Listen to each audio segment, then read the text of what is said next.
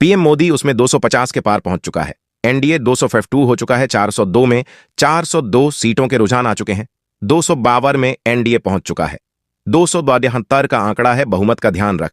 But number आ रहे हैं। आप 19 के रुझान है राजस्थान में, 16 P, BJP 3 P, Congress Maharashtra में 48 में से एनडीए 23 पा, इंडियाला 15 पी।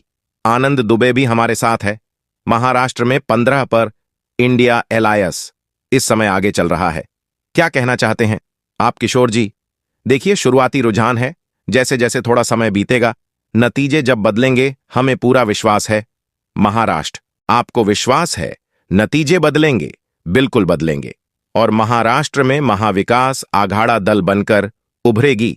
और खास करके शिवसेना असली और नकली के बीच की जो लड़ाई है, आज आपको दिख जाएगा कि असली शिवसेना कौन सी है और नकली कौन सी है। असली राष्ट्रवादी कौन सी है, नकली राष्ट्रवादी कौन सी है। उपेंद्र यादव केंद्रीय मंत्री अलवर से आगे चल रहे हैं। 7 सीटों का रुझान हनुमान मेवाल अब पीछे हो गए। हनुमान बेनीवाल पीछे हो गए हैं। आरएलपी से नागौर से हनुमान हरियाणा में 4 सीटों पे बीजेपी, 3 पे कांग्रेस इस समय आगे चल रही है। उत्तर प्रदेश में अब इंडिया अलायंस 21 सीटों पे आगे हो गया है। 46 पे बीजेपी आगे है। एनडीए आगे है बिहार में। एनडीए 21 पर इंडिया अलायंस 6 सीटों पर आगे चल रहा है। बिहार में विपक्ष 6 सीटों पर आगे चल रहा है। मध्य प्रदेश में अच्छा कुमारी शैलजा सिरसा से आगे चल रही है। स्ट्रांग सीट पानी जा रही थी।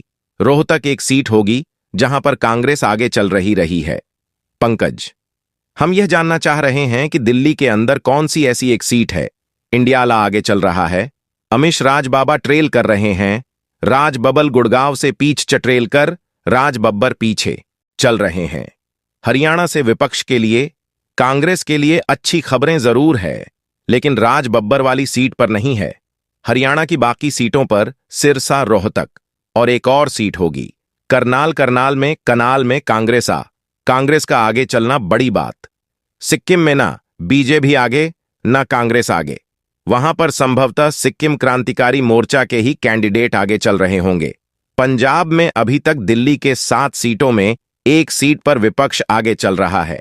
का प्रयास कर रहा हूं कि दिल्ली की 1 सीट पर किस सीट पर कांग्रेस या फिर आम आदमी पार्टी आगे चल रही है। पंकज, बिल्कुल बिल्कुल। तो आप देखिए जरा, हम पश्चिम बंगाल की नेस्ट पर इस वक्त हैं। यूसुफ पठान के बारे में, अधीर रंजन चौधरी के बारे में, बशीरहाट कोई जानकारी आ रही है? अभी तक तो कोई जानकारी फिलहाल आया नहीं, क्योंकि वैभव गहलोत काउंटिंग सेंटर में जो है, हम उस वैभव गहलोत जालौर से पीछे हो गए हैं। वैभव गहलोत पीछे चल रहे हैं। अशोक गहलोत के सपुत हैं जी। अनुराग ठाकुर लगातार आगे बने हुए हैं। शिवराज सिंह चौहान लगातार आगे बने हुए हैं। अपनी सीट पर महाराष्ट्र में 15 सीटों पर विपक्ष आगे चल रहा है। अब शुरुआती रुझानों के बाद अब ईवीएम खुलना शुरू हुई है। अब जो है आंकड़ा जो है वो थोड़ा सा और तेजी से बदलेंगे आंकड़े, और अब एग्जैक्ट नंबर हमें आते हुए दिखेंगे। लेकिन उत्तर प्रदेश के अंदर इंडिया अलायंस बेहतर करता हुआ दिख रहा है। 20 से 21 सीटों पर इंडिया अलायंस इस समय आगे चल रहा है। मनोज काका वहां पर है, इनिशियल ट्रेंड है। मनोज काका 21 सीटों पर आगे चल रहे हैं। ये आपको एक्सपेक्टेशन थी कि 21 ही होंगी या और ज्यादा होंगी? नहीं, मैंने तो बहुत पहले भी आप सबसे संवाद हुआ था। आपसे बनारस में भी संवाद हुआ था। हमेशा हमने कहा है कि समाजवादी पार्टी उत्तर प्रदेश में 50 सीटें जीतने जा रही है। और अभी तो एक जो गांव में देशज और सहज, एक कहावत है कि कितने बाल तो हजाम कहता है कि वह आपके सामने ही आ जाएगा। तो अभी तो शुरुआती रुझान है। और देखिए, कम से कम इंडिया अलायंस के जितने प्रतिष्ठित चेहरे हैं वो सारे के सारे आगे चल रहे हैं। तो इससे यह संदेह, मेरठ से बड़ा अपडेट, अरुण गोविल, अभिनेता अरुण गोविल अपनी सीट पे आगे चल रहे हैं। सहारनपुर से इमरान मसूद आगे चल रहे हैं। उत्तर पूर्वी दिल्ली में कन्हैया कुमार बुरी तरह से ट्रेल कर रहे हैं। मनोज तिवारी वहां पर आ चल रहे हैं। पाटलिपुत्र से रामकृपाल यादव आ गए हैं। मीशा भारती यानी पीछे हैं।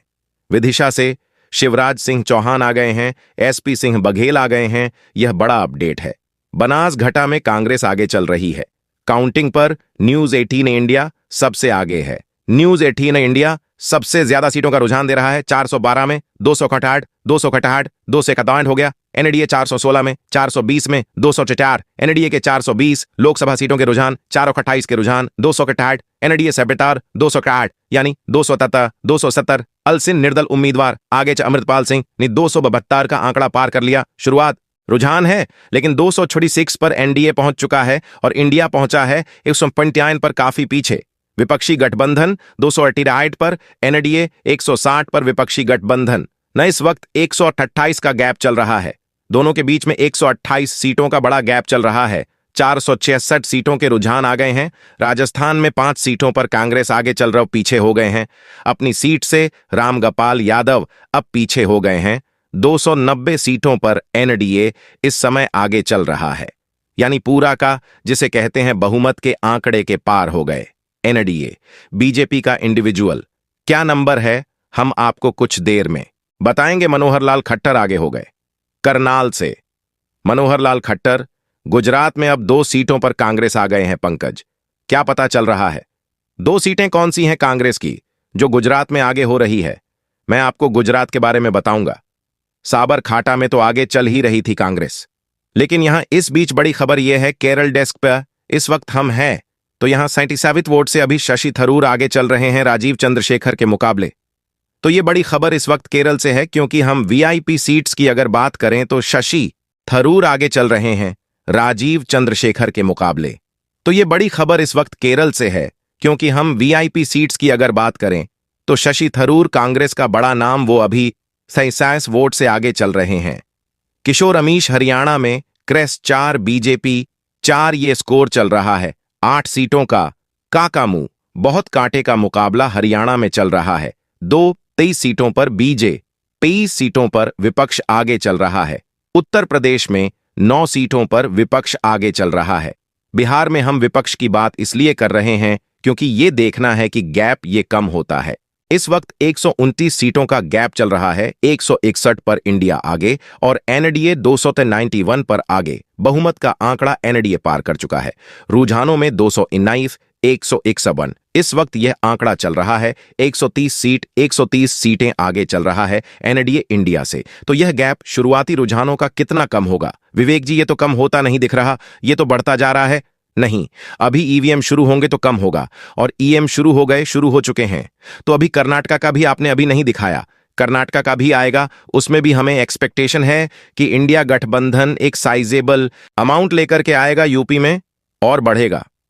अभी यूपी में एक स्ट्रांग डेंट होगा बीजेपी के अंदर, जैसा कि मैंने पहले भी एस्टिमेट किया था। और मेरे ख्याल से ट्रेंड्स अभी बदलेंगे। एक आप कह रहे हैं बदलेंगे, मतलब पलट, एक करेक्शन फैक्टर आएगा। ये 291 करेक्शन फैक्टर कि कितना आपको लगता है? आपका क्या नंबर लगता है? करेक्शन फैक्टर में 130 का गैप चल रहा है इस वक्त। हाँ, तो मेरे ख्याल से अभी ये 50, 60, 70 का करेक्शन फैक्टर अभी लगेगा, दोनों तरफ लगेगा। पंकज हमें बुला रहे हैं। पंकज, ब्रेकिंग न्यूज है, किशोर अमीश जो आप पूछ रहे थे। गुजरात से खबर है, बनास, कांठा, साबर, कांठा और जामनगर 3 जगह से कांग्रेस लीड कर रही है। बड़ी खबर है, लीड कर रही है। यह शुरुआती रुझान है, लेकिन जामनगर से लीड करना भी बड़ी बात है गरसा का। गुजरात में अगर कांग्रेस 3 सीटों पर लीड कर रही है तो यह साबरकांठा और बनासकांठा में जरूर फाइट बताई जा रही थी। आनकांठ में तो हमेशा ही फाइट रहती है। आनंद में भी फाइट बताई जा रही है इस बार, लेकिन आनंद का तो हमेशा ही फाइट रहती है। लास्ट इलेक्शन में भी हमने देखा क्लोज कंटेस्टा। अब 2 सीटों पर कांग्रेस आ गए हैं गुजरात में, और 24 पे भारतीय जनता पार्टी आगे है। लेकिन ऐसा अनुमान लगाया जा रहा है कि गुजरात में बीजेपी सेफली दोबारा 26 का आंकड़ा रिपीट करेगी। लेकिन जो इस समय उत्तर प्रदेश में हो रहा है वह अप्रत्याशित है, क्योंकि अगर यही रुझान आगे कंटिन्यू करते हैं तो बीजेपी को वहां पर स्ट्रांग डेंट लग रहा है। इस वीडियो को एक लाइक जरूर करें और अपने मित्रों तक इस वीडियो को शेयर करें ताकि उन्हें भी जानकारी मिल सके, और अपने भरोसेमंद चैनल को सब्सक्राइब जरूर करें और बेल आइकन को ऑल पर सिलेक्ट करना बिल्कुल ना भूलें। मिलते हैं किसी और नॉलेजेबल वीडियो के साथ, तब तक के लिए जय हिंद, जय भारत, वंदे मातरम।